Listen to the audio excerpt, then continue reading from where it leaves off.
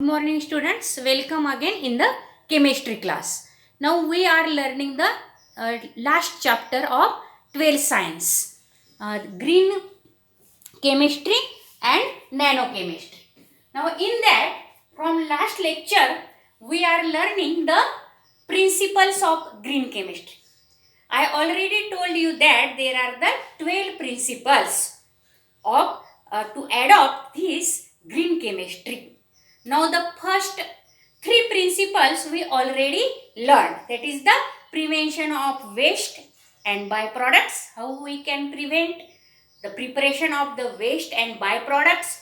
The second one is the atom economy, how we can increase the atom economy. There is the formula to calculate the percentage of atom economy, and it is equal to percentage of atom economy is equal to formula weight of the desired product divided by sum of the formula weights of all the reactants of all the reactions used in that reaction. Now third one, we already learned this also, less hazards and chemical synthesis. That means always synthesize such chemicals which are not hazards to the environment and the living organisms or living world.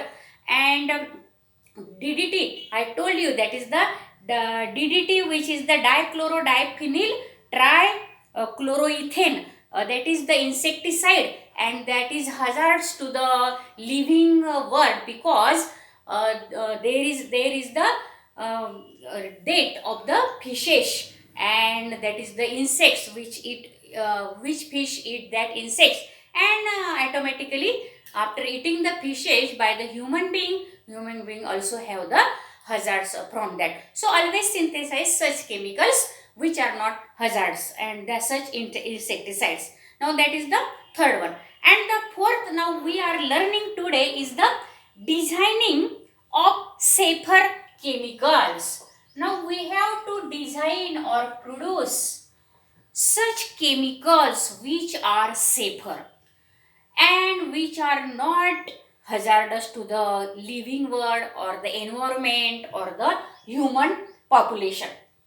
Now for example, see there, this principle is quite similar to that of the previous principle, that is less hazardous chemical synthesis. That is quite similar, and to develop products that are less toxic or which require less toxic raw material. Now the aim of this fourth principle is that here always use such raw material which is less toxic, or less toxic chemicals must be produced, less toxic products must be produced by using the less toxic chemicals. Now for example, this adipic acid which is widely used into the polymer industry, we learn about that adipic acid, terylene, etc. Such polymers are formed from that. Now this adipic acid is widely used in the polymer industry, and benzene is the starting material of this adipic acid. But benzene is very toxic and carcinogenic. That is, it may hazard to the eyes and skins of the human being. And it is also the volatile organic compound, which is also very that is the dangerous, and it pollutes air. Because it pollutes air, it is the volatile organic compound, there is the air pollution due to that of the benzene. So in green chemistry, such technology is developed by the Drath and Frost, the name of the scientists. They developed such technology that the adipic acid is enzymatically synthesized from the glucose. Now glucose is not the toxic or carcinogenic, so always synthesize enzymatically the adipic acid by using the glucose. Now this is developed by the Drath and Frost. Now such ways we have to find out, such designs or such mechanisms to prepare the chemicals or the products we have to find out, that is useful for our adaptation of green chemistry, that is not carcinogenic or air pollutant. Now next one, that is the fifth principle, is that use of safer solvent and auxiliaries.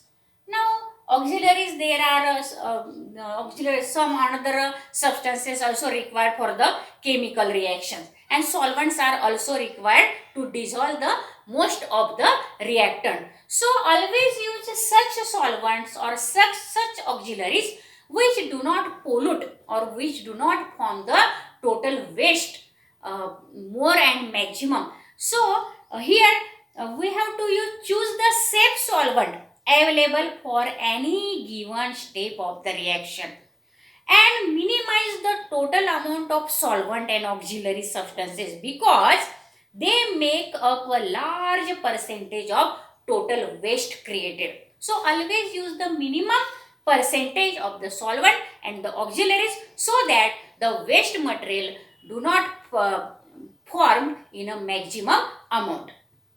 For example, the main aim behind this principle is to use the green solvent. And which are the green solvent? Water and supercritical carbon dioxide in place of volatile halogenated organic solvents such as that is the dichloromethane, then carbon tetrachloride or chloroform. These are very that is the poisonous organic solvents, and solvents as the chemicals they dissolve solute and form the solution and facilitates many of the reaction. Water is the safe solvent while dichloromethane is hazardous, and use of this toxic solvent affects millions of workers every year and has implication for consumers and environments also.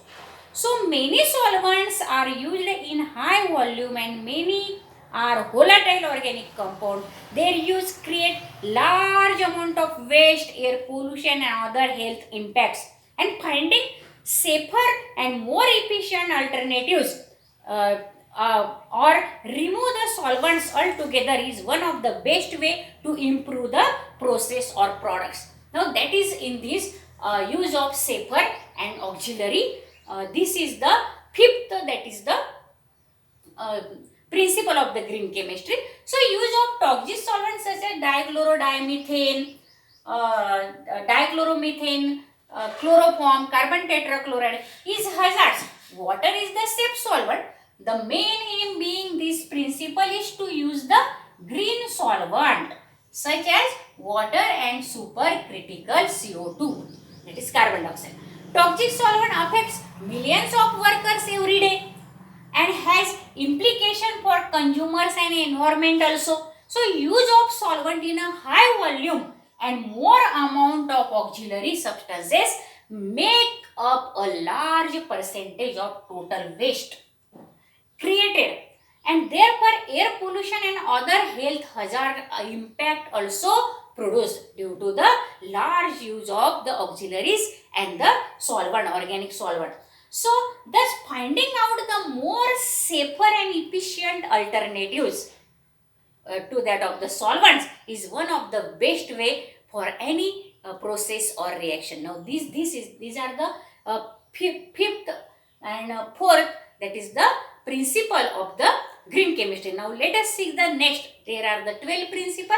Now what is given in the next principle? Let us learn.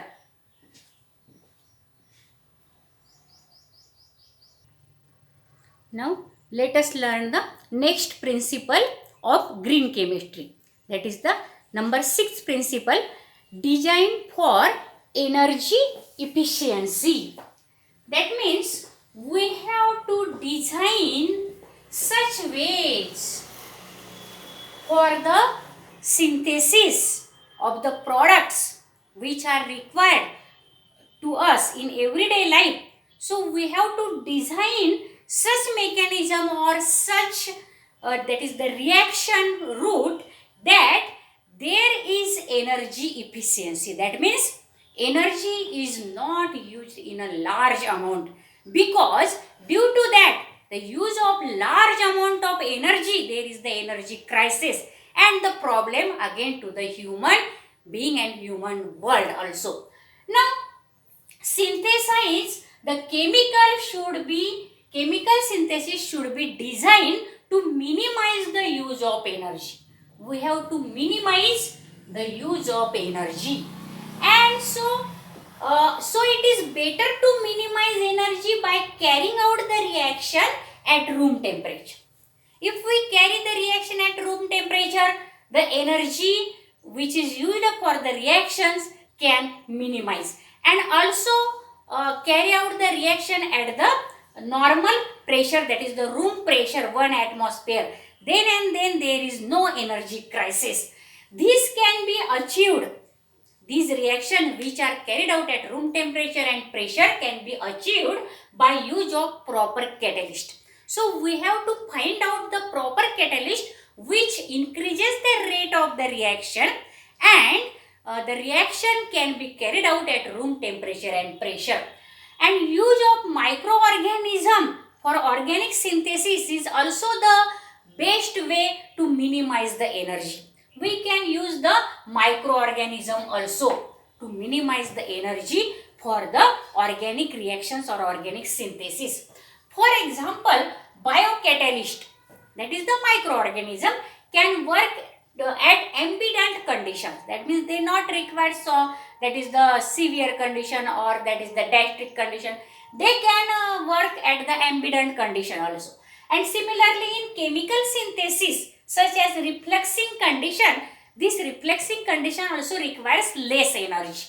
And for improving the technology of heating system, we have to improve the such technology for the heating system, such as for use of the microwave heating, etc. Then we can minimize the use of the energy, and there is no energy crisis, and the aim of the green chemistry is achieved, and we adopt that is supposed to be, that is the we adopt the green chemistry or principles of green chemistry. Now next one is the use of renewable feedstocks. Renewable means which can be prepared again and again from the plants or some organisms. They are not non-renewable, such as the crude oil or coal or petrol. They are the renewable sources, such as we can prepare the alcohol from the plants, that bio oils. Such can be used instead of the crude oil, because the use of the crude oil or coal or that is the petrol which is found into the earth, in the depth of the earth, due to that if we use the non-renewable resources more and more, there is burden on the environment, and the future generation also they do not, then there will be no for them the substituents, that is the non-renewable sources. That means this principle, that is the use of renewable feedstocks, this principle is used for the petroleum chemicals mainly. The use of chemical which are made from renewable sources, that is the plant-based sources, rather than the non-renewable sources such as crude oil, is more efficient, because over exploitation of the non-renewable feedstock such as crude oil will deplete the resources. That means resources get depletion there, that is they get destroyed, and future generation will be deprived. They do not they will not obtain that resources, or they do not have that non-renewable resources at their next generations. And so also use of these resources also puts burden on the environment. So but the renewable resources ensures the sharing of the resources by the future generation also, and they also are biodegradable. Renewable sources are biodegradable, they can be degraded by the microorganisms, so there is no problem of pollution again. Now these are the seven different principles of the green chemistry. We'll learn the next principle into the next lecture. Now if student you understand this, that is this up to the seventh principle of this green chemistry, then you can adopt them in your life, and also tell the next generation to adopt these green chemistry principles. And you understand and learn very well this video, then you can share, subscribe, and tell the other student to subscribe. Thank you.